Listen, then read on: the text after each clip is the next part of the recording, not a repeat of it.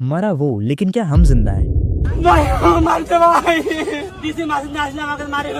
बांग्लादेश में दीपू चंद्र दास एक factory worker, ना कोई नेता ना कोई सेलिब्रिटी, बस एक आम आदमी। उसे जिहादियों ने मिलकर तब तक मारा जब तक जान ने जिस्म का साथ नहीं छोड़ दिया। और कहानी सिर्फ यहाँ खत्म नहीं होती। मरने के बाद उसके जिस्म को पेड़ से लटकाया गया, केरोसिन डाला गया और आग से जिंदा जला दिया गया। और उसके बीच ना कोई शर्म ना कोई डर, सिर्फ नाराए तकबीर, अल्लाहू अकबर। अब सवाल ये है कि ये सब क्यों हुआ? सिर्फ इसलिए कि उसने बोला भगवान और अल्लाह एक ही है, बस नाम अलग अलग है। और ये बात कुछ लोगों को इस्लाम की बेइज्जती लगी। और आपको क्या लगता है इसके बाद भीड़ ने उससे क्या पूछा होगा? यही कि क्या वो दलित है, ब्राह्मण है, क्षत्रिय है, बंगाली है या मराठी? जी नहीं, उन्होंने कुछ नहीं पूछा। उन्होंने सिर्फ ये देखा कि यह एक मुस्लिम नहीं है।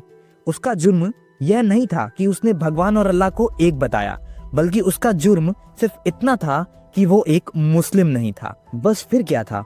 100 से ज्यादा लोगों की उस भीड़ ने इस सेकुलर सोच रखने वाले लड़के को पहले तो मारा, फिर पेड़ से लटकाकर जिंदा जला दिया। आसपास के जितने भी हिंदुओं के घर थे, सब में तोड़फोड़ और लूटपाट की गई। ये वही सेकुलर हिंदू थे जो यह सब इतने सालों से देखने के बाद भी इस विश्वास से वहाँ रह रहे थे कि हमारे लिए सब बराबर है, हिंदू मुस्लिम में कोई फर्क नहीं है।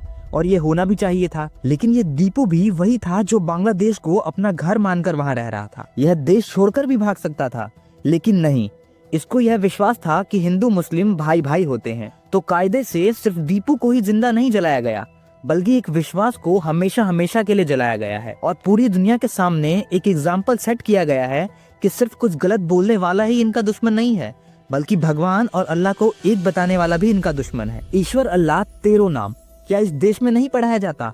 क्यों पढ़ाया जाता है अगर एक सेक्शन को इससे इतनी दिक्कत है तो? सच सिर्फ यह है कि डेमोग्राफी नेवर नेगोशिएट्स। अभी आपको यह सब थोड़ा दूर से दिख रहा होगा, लेकिन सच ये भी है कि यह बीमारी आपके दरवाजे पर आकर खड़ी हुई है। देखिए, अंत तो हर हिंदुओं का ऐसे ही होगा, जलकर। लेकिन बस यह आपको तय करना होगा कि आपको जिंदा तड़प तड़प कर जलना है या मरने के बाद चैन से जलना है। और एक फैसला देश के मुसलमानों को भी लेना होगा कि आपको इन सब का साथ देना है या विरोध करना है, क्योंकि जब तक एक नहीं रहोगे, सेफ नहीं रहोगे।